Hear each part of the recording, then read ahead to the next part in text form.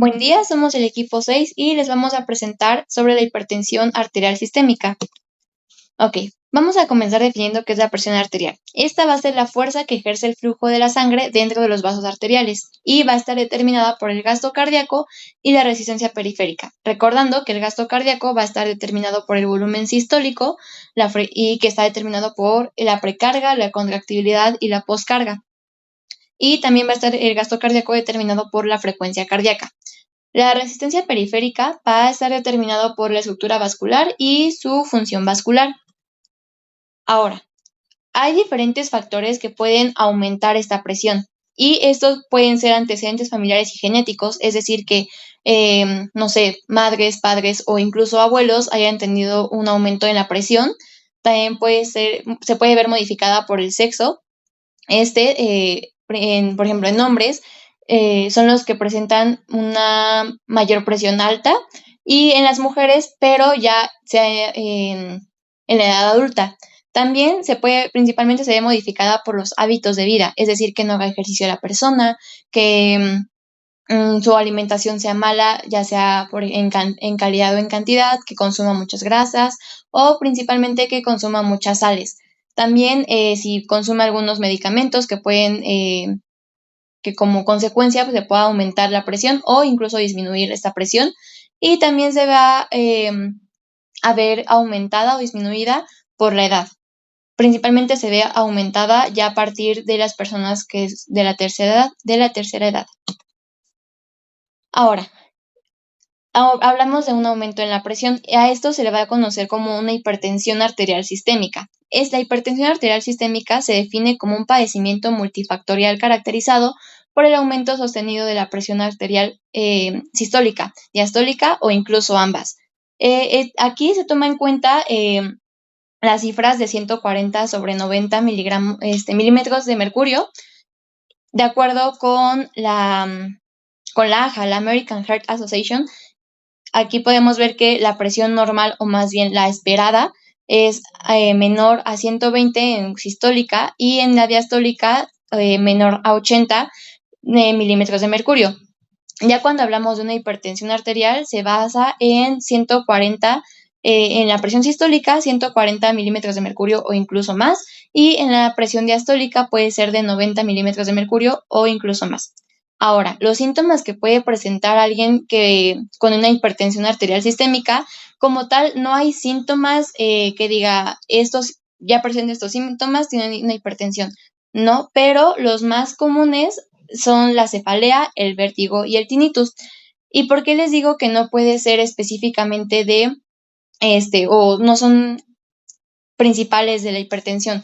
Porque eso se puede ver acompañado con otros síntomas o incluso no pueden estar. La hipertensión se va a diagnosticar más bien a partir de una toma de presiones diaria o seguida, y a partir de ahí se va a ver las cifras y se puede pues dar un diagnóstico de si es hipertensión o no lo es.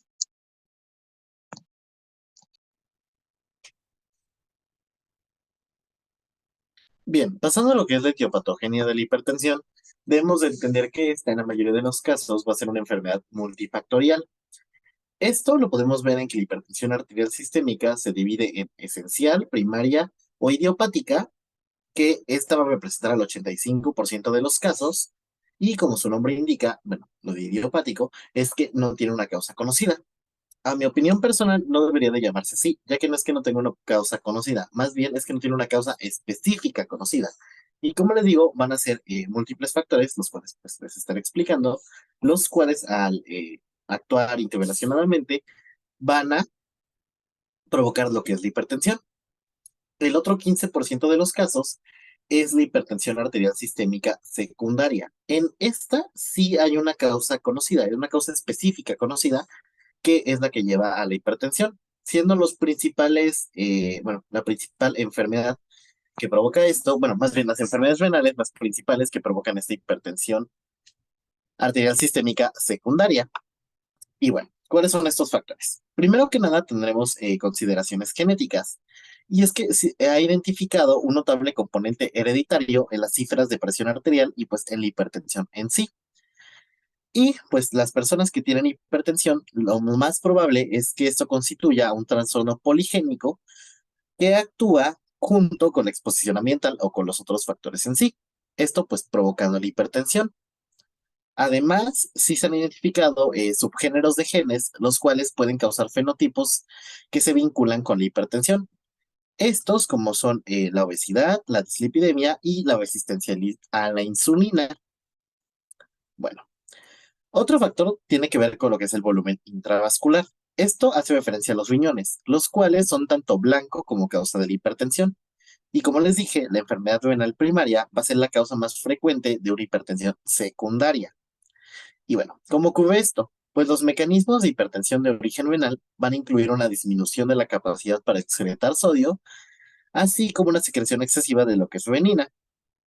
Esto tiene que ver con el factor del sistema renina-angiotensina-aldosterona, pero pues eso lo explicaré un poquito más adelante. Y bueno, lo que pasa es que cuando el consumo de cloruro de sodio rebasa la capacidad que tienen los riñones para excretar el sodio, esto es lo que lleva a la hipertensión arterial. Pero ¿qué pasa? Bueno, no sé qué pasa, cómo ocurre. Pues primero, el volumen intravascular va a aumentar, esto pues debido al sodio. Y esto hace que el gasto cardíaco también aumente. Sin embargo, muchos lechos vasculares tienen la capacidad de autorregularse. Entonces, aunque parece que este aumento del volumen vascular y pues por lo tanto un aumento del gasto cardíaco lleven a la hipertensión arterial, también va a aumentar la resistencia periférica. Entonces, pues el gasto cardíaco se orienta hacia lo normal y pues no es por esto que ocurre. De hecho, como tal, no se tiene específicamente claro cómo es que el cloruro de sodio activa diversos mecanismos. Lo que sí se sabe es que lo hace. Y estos mecanismos son tanto nerviosos, endocrinos y vasculares. Y estos sí son los que van a incrementar la presión arterial de forma, pues sí, permanente, ya que pues lo del gasto cardíaco, les digo, se revierte. Bueno, más que permanente, de forma más prolongada. Ya que también vamos a tener que este efecto del cloruro de sodio va a hacer que haya un mayor aumento de excreción de sodio y por lo tanto esto llega a un tipo de equilibrio. Pero entonces, ¿qué pasa? Si llegamos a este equilibrio, ¿cómo es que hay hipertensión? Pues esto depende de la capacidad del riñón para excretar sodio, como dije en un inicio. Esto se puede ver alterado por una nefropatía intrínseca o por una mayor producción de una hormona que retenga sodio. Específicamente podría ser un mineralocorticoide como lo es la aldosterona, que pues resulta en una mayor reabsorción de sodio y esto hace que aumente la resistencia vascular periférica y por lo tanto toda la hipertensión. Pero este efecto es importante mencionar que ocurre, bueno, este efecto del sodio va a ocurrir solo cuando está unido al cloruro, ya que en las sales de sodio que no tienen cloruro, se ha visto que estas tienen un efecto mínimo o nulo sobre la presión arterial. Y bueno, nuestro siguiente factor tiene que ver con lo que es el sistema nervioso autónomo. Y es que recordemos que los reflejos adrenérgicos van a ser encargados de modular la presión arterial a corto plazo, específicamente a través de factores hormonales y volumétricos. Y pues como tal no voy a mencionar la función y la forma en que actúan estos reflejos adrenérgicos, porque pues es lo que hemos estado viendo en estas exposiciones. Pero bueno, centrándonos específicamente en la hipertensión, esta suele acompañarse, independientemente de qué la cause, de una mayor generación de impulsos simpáticos. Y pues esta estimulación simpática va a verse aumentada en enfermedades como lo son la obesidad y la apnea obstructiva del sueño. Alteran esta estimulación simpática, lo aumentan y aunque no necesariamente se ha comprobado que esta alteración, esta elevación de la estimulación simpática causa hipertensión, lo que sí hace es que cuando esta es provocada por cualquiera de los demás factores, siga, o sea, esta hipertensión se mantenga, se perpetúe. Bien. Seguimos con lo que es el sistema renina-angiotensina-aldosterona. Recordemos que este va a contribuir en la regulación de la presión arterial, principalmente por medio de propiedades vasoconstrictoras que tiene la angiotensina 2 y pues las propiedades de retención de sodio de la aldosterona. Como tal, bueno, y como con los reflejos adrenérgicos, no voy a mencionar cómo funciona todo el sistema renina-angiotensina-aldosterona, porque pues es algo que ya hemos visto. Lo que sí es que debemos de recordar que, por ejemplo, la avenina se va a encargar de convertir el angiotensinógeno en angiotensina 1 y pues esto para que todo el sistema avenina-angiotensina siga funcionando, que recordemos que se va a encargar de aumentar la presión arterial. Entonces, en casos donde hay mucha venina, como pueden ser los tumores que secretan a esta hormona, van a ser claros ejemplos de por qué esta, bueno, más bien de por qué la hipertensión puede llegar a ser dependiente de esta sustancia. Además, en casos como la hipertensión venovascular, en la cual va a haber una obstrucción de la arteria venal que hace que disminuya la perfusión venal y con esto se estimula la secreción de venina, pues ocurre esto. También se puede ver alterado por un exceso de aldosterona. Recordemos que esta va a ser un mineralocorticoide muy potente, el cual bueno, se encarga, o más bien, pues no, sí, se encarga de que incremente la absorción de sodio.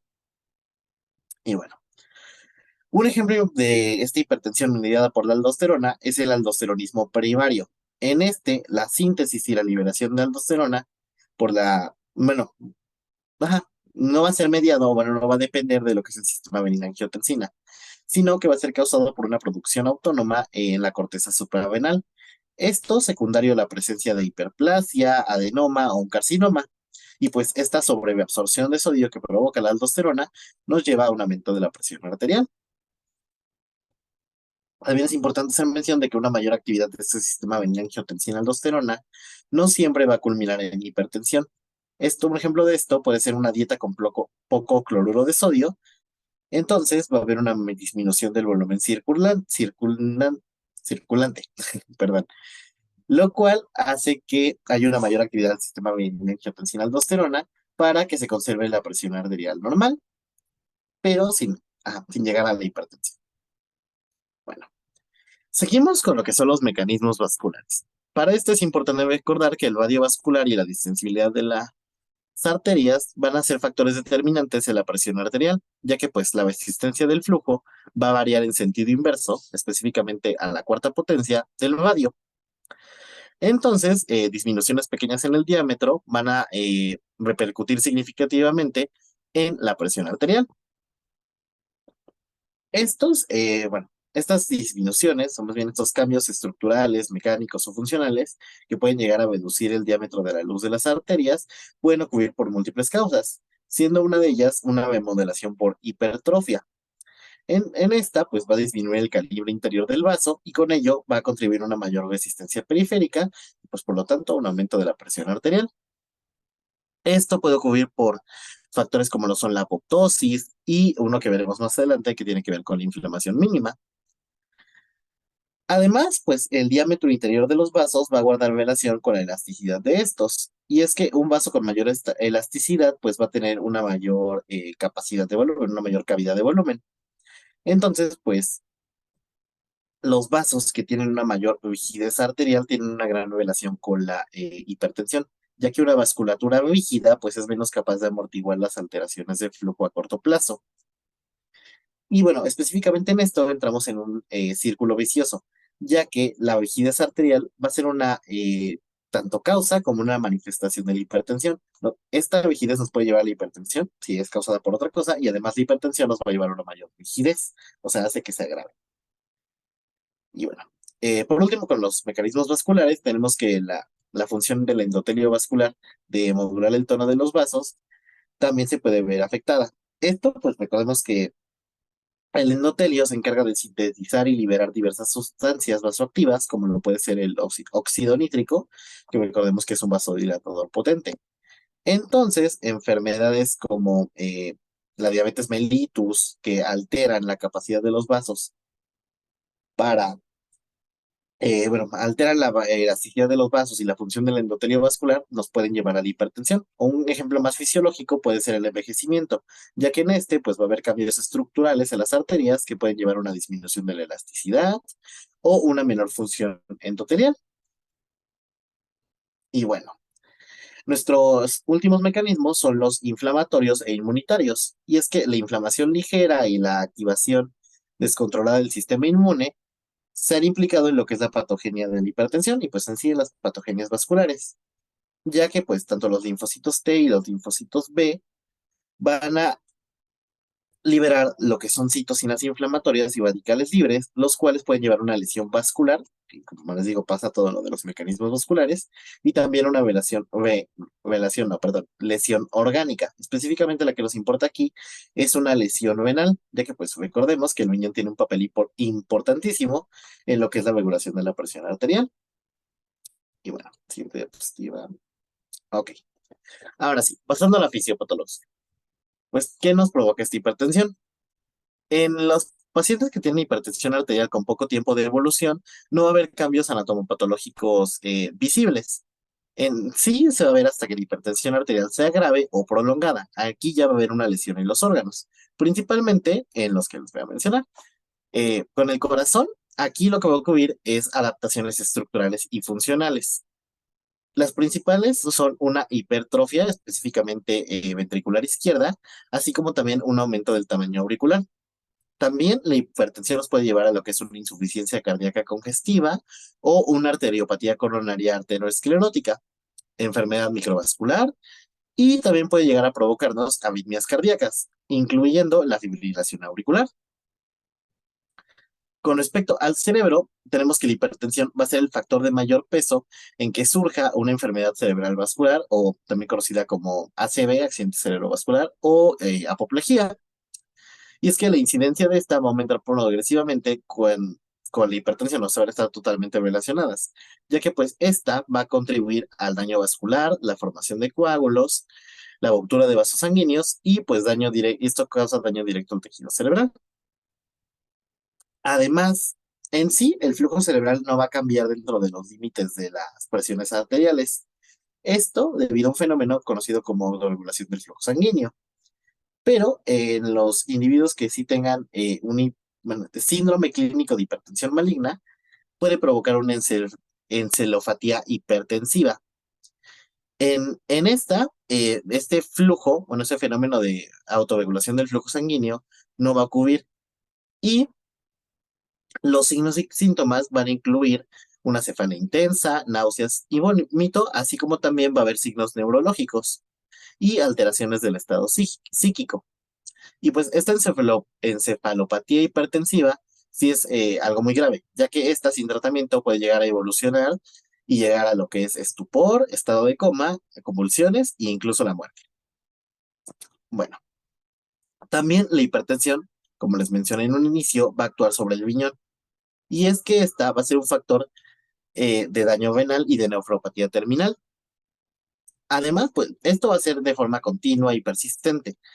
Y aquí ocurre algo similar a lo que es en los mecanismos vasculares, ya que aquí pues va a haber un círculo vicioso, ya que pues la hipertensión puede ser causada tanto por un daño renal y esta va a causar un mayor daño renal, así como también pues desaparición de nefronas que pues culmina en una hipertensión más intensa y pues un mayor daño renal y en sí sistémico. Y bueno, por último, con respecto a la fisiopatología, también va a afectar las arterias periféricas. Y es que estos pueden, bueno, a causa de la hipertensión, pueden recibir los efectos de una enfermedad aterosclerótica, que pues es consecuencia de una hipertensión de larga evolución. Y pues independientemente, recordemos que de la hipertensión, la rigidez arterial pues se va a relacionar con lo que es el enfermedad vascular cerebral, enfermedad cardíaca y insuficiencia renal. Y bueno, esto es de forma como general, ya que también en caso de que la hipertensión tenga que ver con obesidad, pues todo esto, como les digo, se va a estar interrelacionando. No es como que tengamos que verlo por sí solo, ya que esto es en una arteriosclerosis, pero también podemos tener una aterosclerosis y esto puede llevar a una enfermedad vascular cerebral y, ajá, o sea, no son factores que debemos de ver individualmente tanto en la fisiopatología, todo esto va a contribuir entre sí a un daño sistémico e incluso la hipertensión puede llevar a la muerte y también en la etiopatogenia.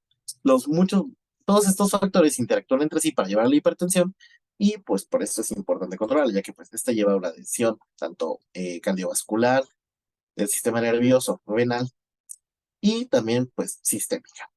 Y creo que sería todo de fisiopatología.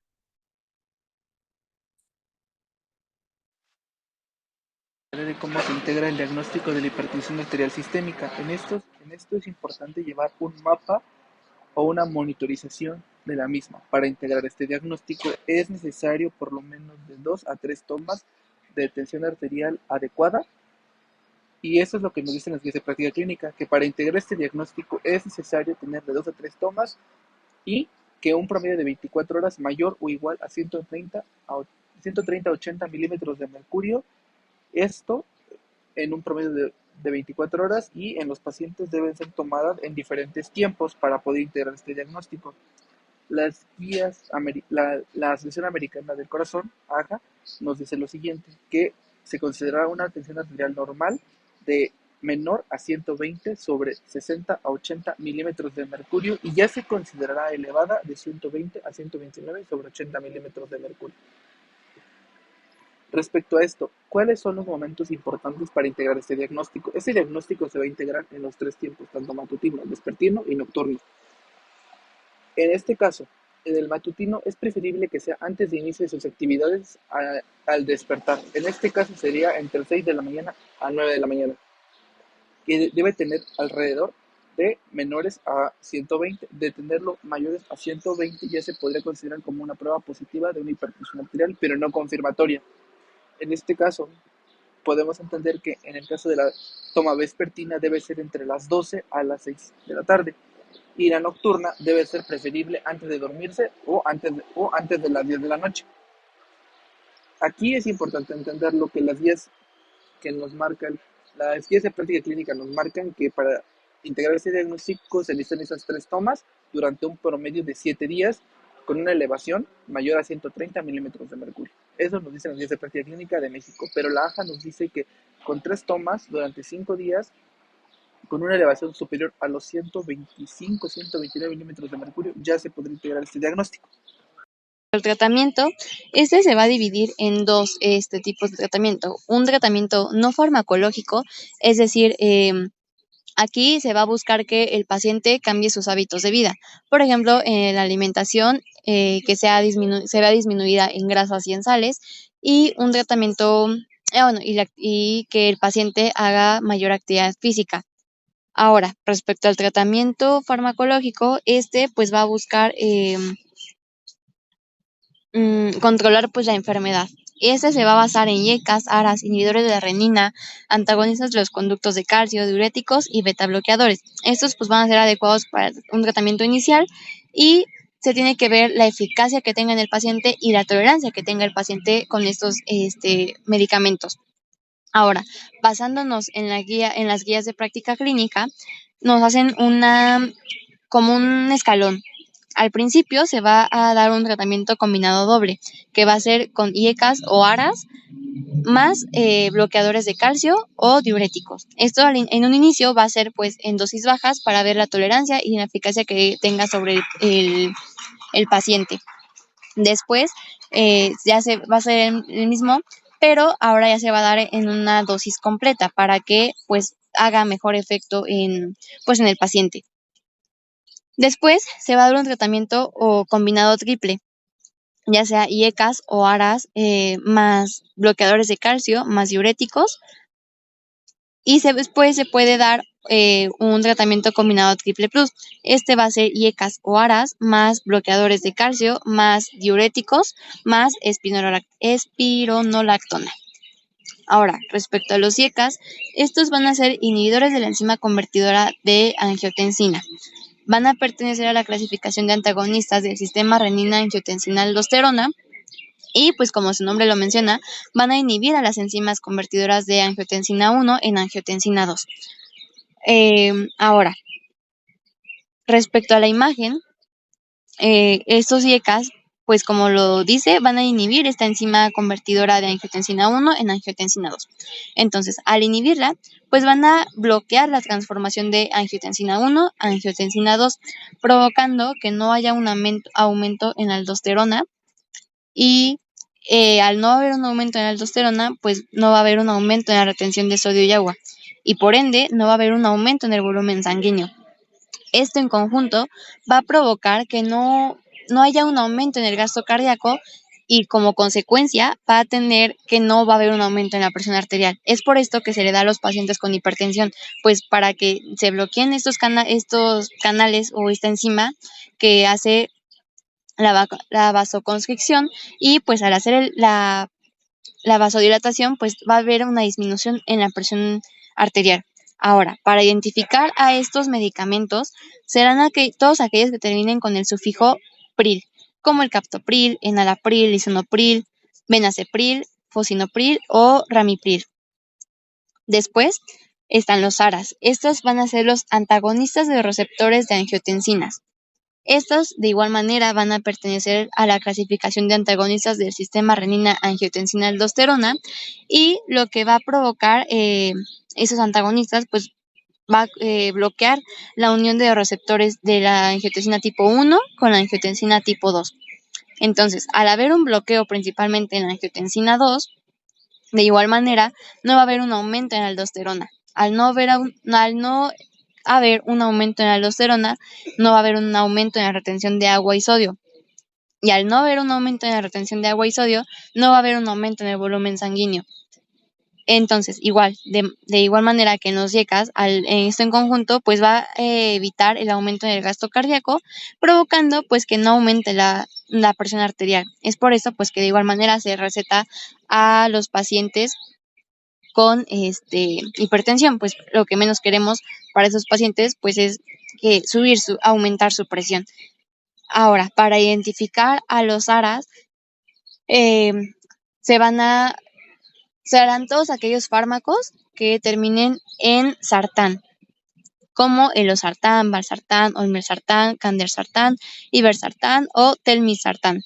Estos pues van a ayudar en que no exista un aumento en la presión y la va a disminuir.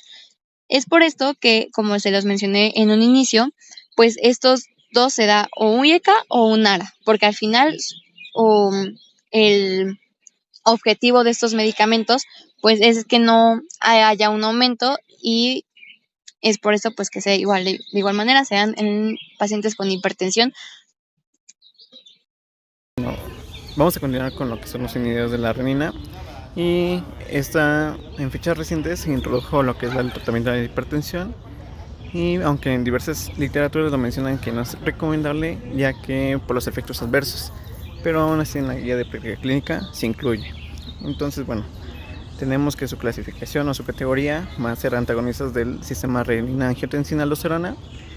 ¿Y qué va a ocurrir aquí? Bueno, su mecanismo de acción, como su nombre lo indica, va a ser que va a inhibir a lo que es la renina, y de esta forma va a impedir que se forme el angiotensinógeno en angiotensina 1. Y de esta forma, sin angiotensina 1 no se va a poder convertir en angiotensina 2, y de esta forma va a impedir que siga todo el proceso del sistema. Y bueno, no va a aumentar lo que es la resistencia vascular periférica ni tampoco el gasto cardíaco. De esta forma no va a aumentar la presión, va a disminuir y se va a mantener en lo que es un equilibrio. Y bueno, aquí en el esquema podemos observar que se bloquea lo que es la renina, se bloquea la angiotensina 2, aldosterona, y bueno, todo lo que sigue, lo demás. Y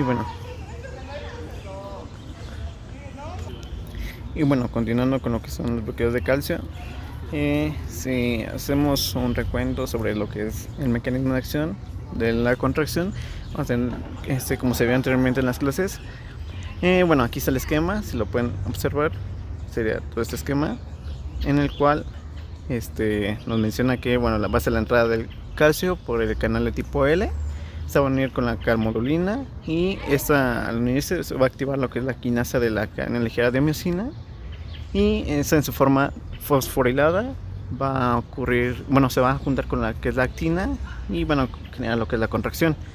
Pero aquí, ¿qué ocurre?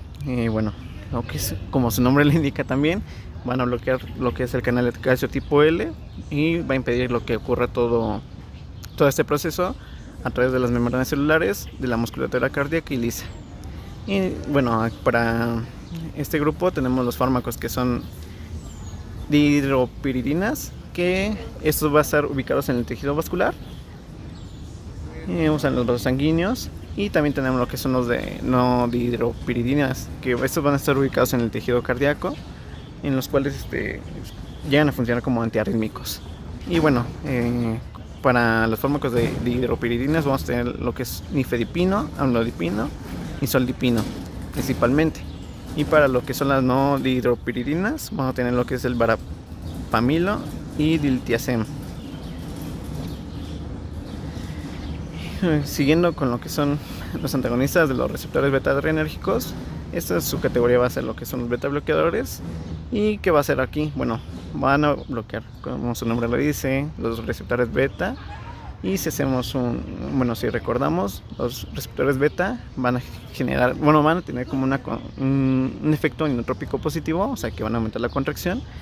Y aquí se va a buscar bloquear esos receptores, pero esto se puede ocurrir de forma selectiva y no selectiva. La forma selectiva va a ocurrir con los receptores beta 1, que estos van a tener su ubicación en lo que es el tejido cardíaco, o sea, son los principales factores de la contracción en el corazón. Y bueno, aquí lo podemos observar. Aquí, una vez que se bloquea el dicho receptor, va a ocurrir lo que es la relajación. De esta forma disminuye lo que es la frecuencia cardíaca, disminuye el gasto cardíaco y de esta forma disminuye lo que es la presión arterial. Y bueno, también se dice que también está ubicado en lo que es el riñón. ¿Y qué va a ocurrir aquí? Va a generar lo que son niveles bajos de renina, que al tener niveles bajos de renina no va a ocurrir lo que es la transformación en angiotensina 1. Entonces se bloquea, como aquí lo menciona en el esquema, se inhiben en la angiotensina 2, la aldosterona, la retención de sodio y la excreción de potasio. Y bueno, no va a aumentar lo que es la resistencia vascular periférica ni el gasto cardíaco. Entonces esto va a generar que se disminuya la presión, se mantenga en equilibrio.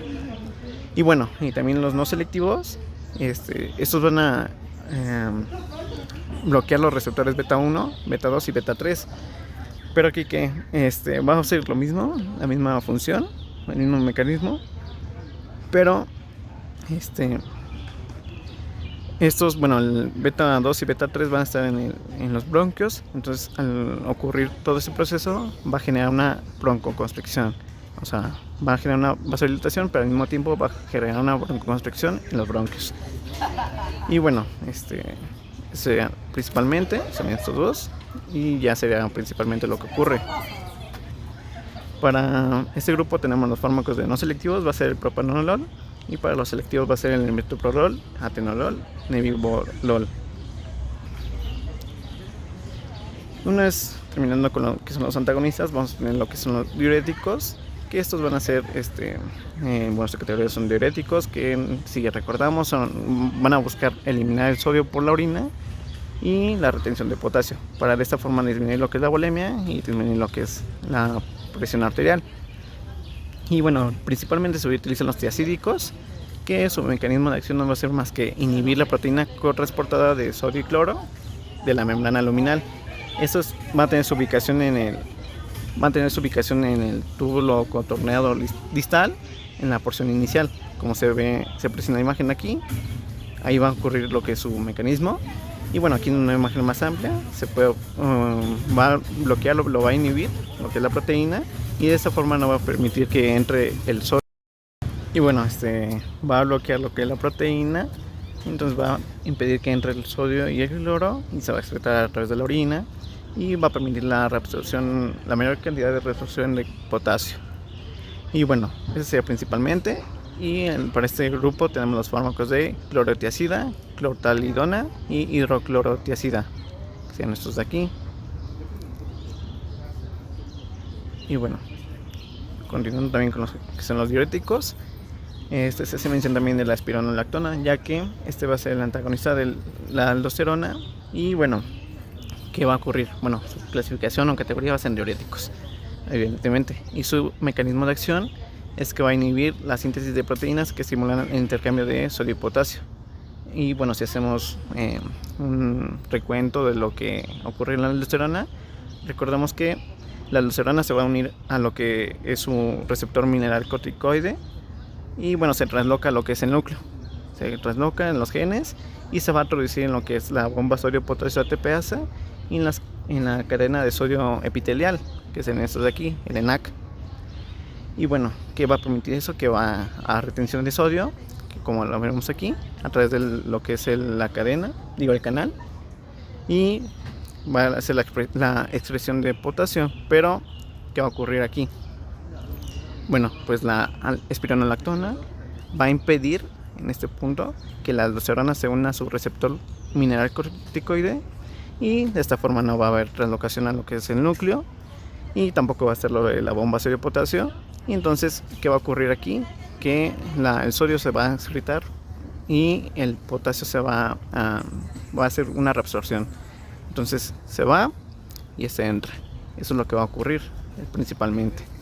Y bueno, para este grupo tenemos los fármacos que son la espironolactona, evidentemente, la eplerenona y los productos combinados. Y creo que eso sería prácticamente todo de diuréticos y del tratamiento de la hipertensión.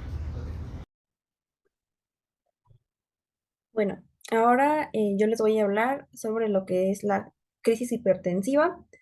Esta pues se va a definir como una situación en la que va a haber un aumento de la tensión arterial de forma aguda. Esto pues superior a estos niveles que están aquí.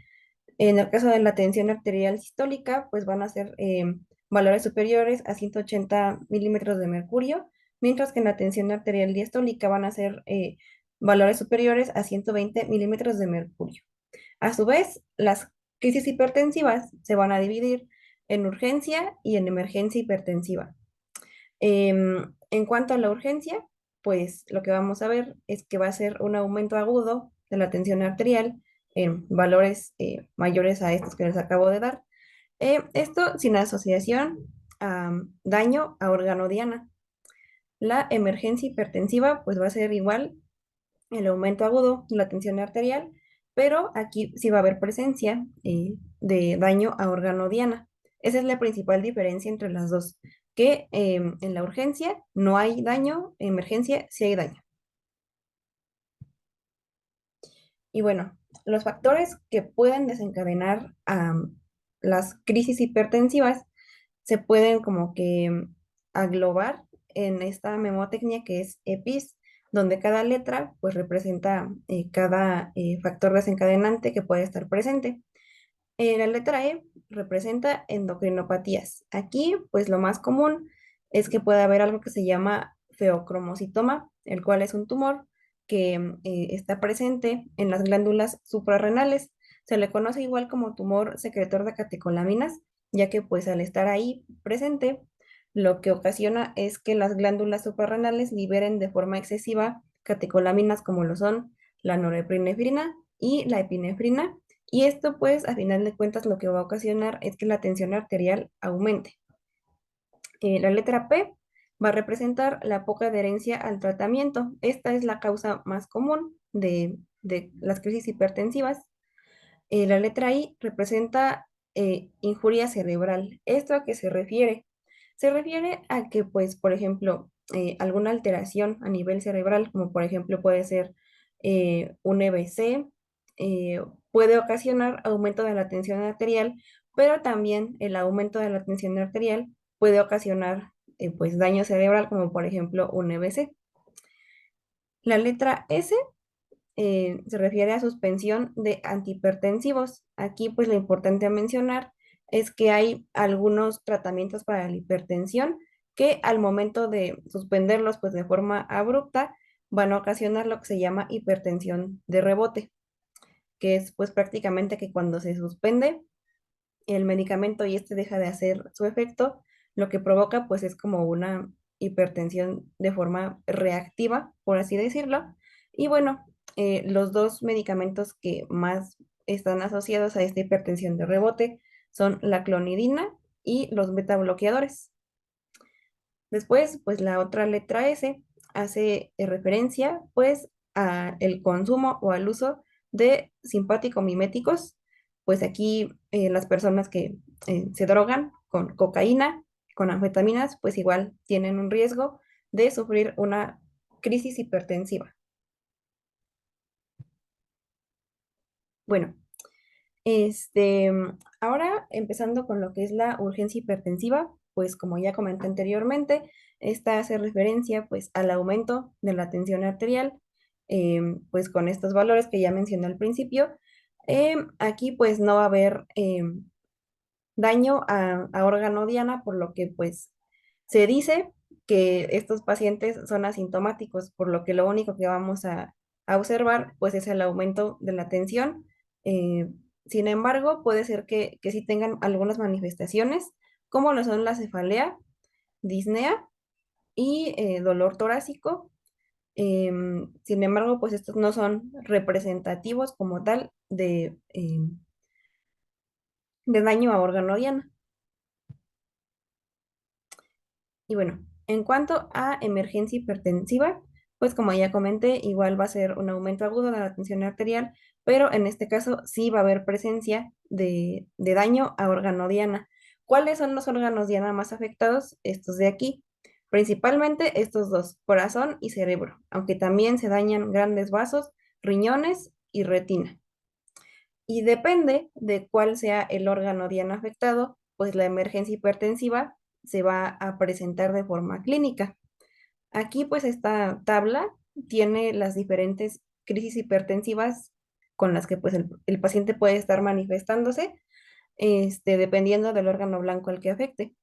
En el caso de que el órgano blanco afectado pues sea el corazón, podemos tener un síndrome coronario agudo, edema agudo de pulmón, esto pues asociado a insuficiencia cardíaca que pudiera estar provocando pues la hipertensión.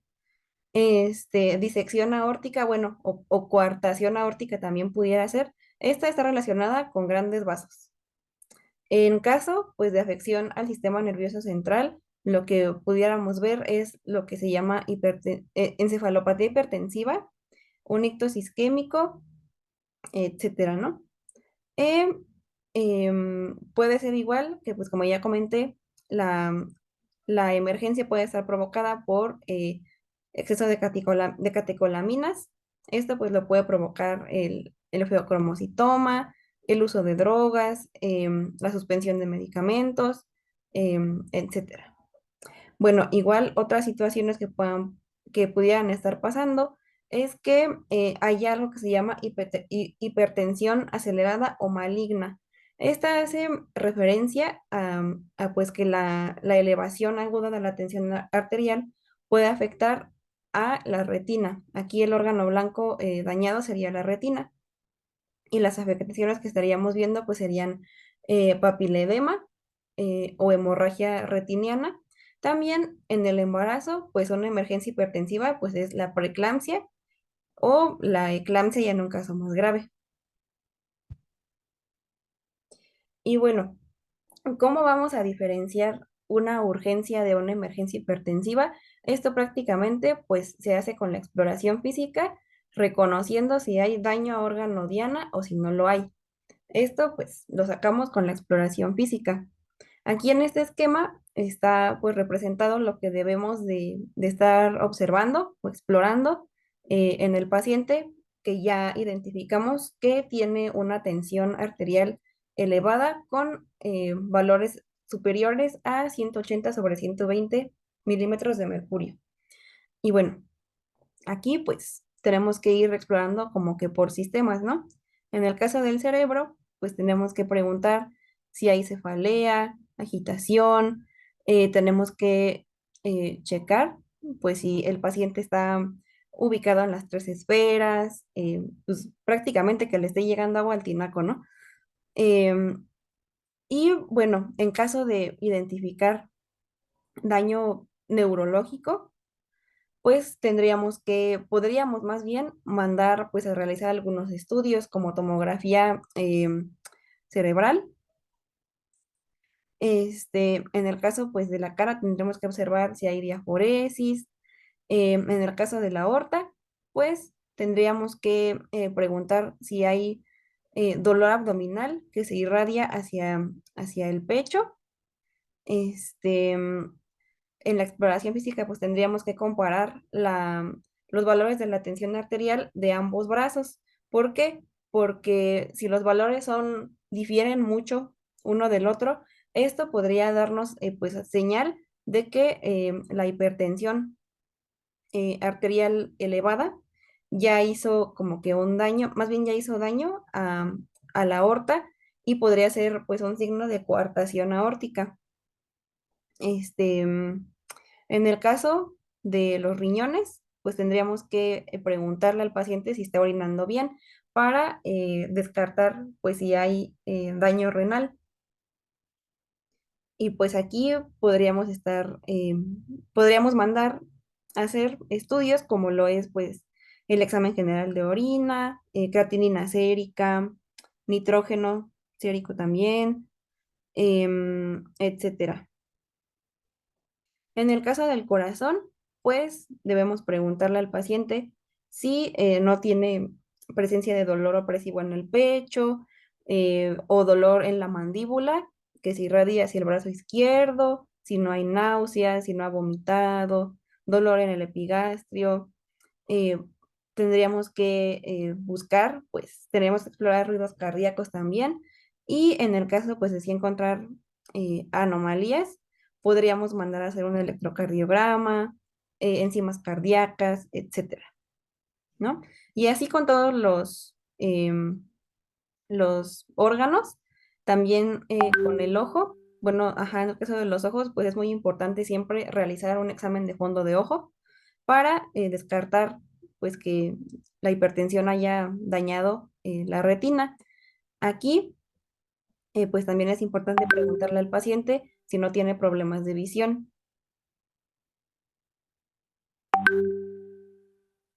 Y bueno, pues aquí la guía de práctica clínica de tratado de diagnóstico y tratamiento de las crisis hipertensivas en los adultos, pues igual es prácticamente lo mismo que ya les comenté.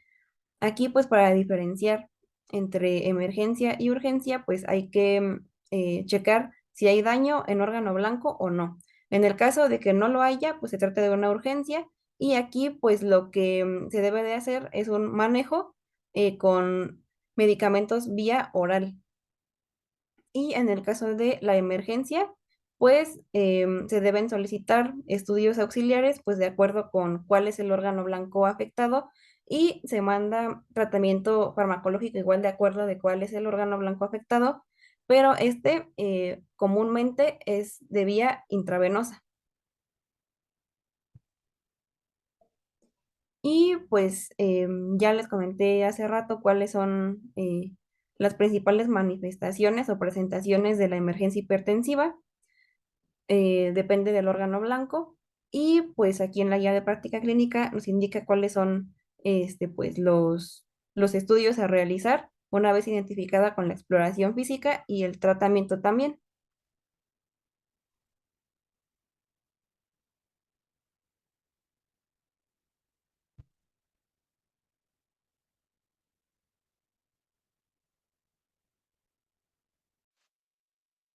Ahora yo les hablaré acerca del tratamiento de la urgencia hipertensiva, entendiendo de la manera que la urgencia hipertensiva se caracteriza por una elevación significativa de la presión arterial, generalmente superior o igual a 180-120 milímetros de mercurio. Esto sin evidencia de daño a órgano diana. No presentan complicaciones inmediatas como infarto de miocardio, accidente cerebrovascular o insuficiencia renal o disección aórtica. Aquí es muy importante entender algo. El objetivo principal del tratamiento será la reducción de la presión arterial de un 10, de un 10 a un 15% o el equivalente a 110 aproximadamente. Esto en un periodo de 30 a 60 minutos. Esto quiere decir que nuestro actuar debe ser inmediato y adecuado. En esto tenemos diferentes crisis hipertensivas o urgencias hipertensivas, entendiéndose de esta manera que tenemos neurológicas, cardiovasculares u otras. En este caso, podemos tener que algunos tratamientos son de elección dependiendo a la patología que estemos tratando. Primero tenemos que tener una evaluación inicial confirmando la ausencia de daño o de ausencia de daño agudo o crónico a órgano diana. En este caso podemos incluir el tratamiento como un captopril, que es un inhibidor de la ECA eficaz y acción rápida. El tratamiento por lo general gold estándar será levatolol, que es un beta bloqueador alfa adecuado para la resolución controlada de la presión arterial sistémica. En este caso también podemos integrar su tratamiento con un amlodipino, que es un bloqueador de los canales de calcio utilizado en el manejo a largo plazo. Ese tratamiento va a ser muy importante para evitar el daño a órgano diana y, de tal manera, las complicaciones de la misma. Aquí podemos ver los diferentes tratamientos. En este caso, lo importante, eso es lo que nos dice en la siguiente práctica clínica de los Estados Unidos, que podemos dar diferentes dosificaciones en un periodo de 24 horas. Por ejemplo, el esmolol podemos dar de 100 a 500 unidades por kilogramo de peso. Y mientras que el levatonolol, que va a ser el tratamiento gold estándar, se puede dar entre 0.25 a 0.5 miligramos por kilogramo de peso en un periodo de 24 horas. Esto, en caso de ser necesario, se pueden hacer combinaciones de tratamiento, pero en este caso se necesita una valoración cardiovascular. Por lo general, la nitroglicerina será también un tratamiento muy importante para el tratamiento de la urgencia hipertensiva, y en este caso se pueden dar de 5 a 200 microgramos, unidades gramo del tratamiento. Ahora, aquí algo muy importante es hablar sobre el tratamiento de la emergencia hipertensiva. La emergencia hipertensiva ya se considera con daño a órgano diana. En esto, el objetivo es reducir el mismo. En este caso, vamos a encontrar diferentes tratamientos dependiendo a la necesidad del paciente. Por ejemplo, tenemos el levatonolol, que igual se ocupaba en la crisis hipertensiva, pero también se puede hacer en la emergencia hipertensiva, que puede ser en bolo o en perfusión. ¿Qué quiere decir esto? Que puede ser una sola dosis o a lo largo del tratamiento. Su comienzo de acción va a ser entre los 2 a los 5 minutos y su duración es de 2 a 6 horas. En este caso, entendamos que la mayoría de los casos de urgencia hipertensiva van a también ser controlables o con levatonolol o con nitroprusiato sódico. En este caso, las urgencias hipertensivas van a ceder con estos tratamientos. La nitroglicerina, que se tiene que dar en perfusión, se puede actuar entre los 1 a 3 minutos y de 5 a 15 minutos es su duración. Ahora, el nitroprusiato sódico es un vasodilatador arterial y venoso que disminuye tanto la poscarga como la precarga. Esto es principalmente útil en las crisis hipertensivas acompañadas de insuficiencia cardíaca. El esmolol es un agente beta bloqueador adrenérgico bioselectivo de acción ultracorta. La acción del fármaco inicia a los 60 segundos con una duración de efecto de 30 minutos. Esto también es muy importante. Los tiempos de duración del tratamiento serán muy importantes, ya que el objetivo de esto es disminuir de un 20 a un 25% la PAM, y tenemos que tratar de llevarla a niveles de tensión arterial seguras. El clevidipino es un calcio antagonista de tercera generación. Este medicamento es desarrollado en situaciones de ya estrés grave, y el uradipilo es un agonista de los receptores a alfa 1 adrenérgicos periféricos, así como un agonista central de los receptores 5-hidroxitriptamina, y su efecto vasodilatador no se acompaña de taquicardia, refleja o modificaciones significativas en el eje renina-angiotensina. Algo también que se puede ocupar son los diuréticos, pero lo más recomendado hasta la fecha y lo que nos dice referencias por si gustan consultarlas, y el equipo 6 le agradecemos su atención.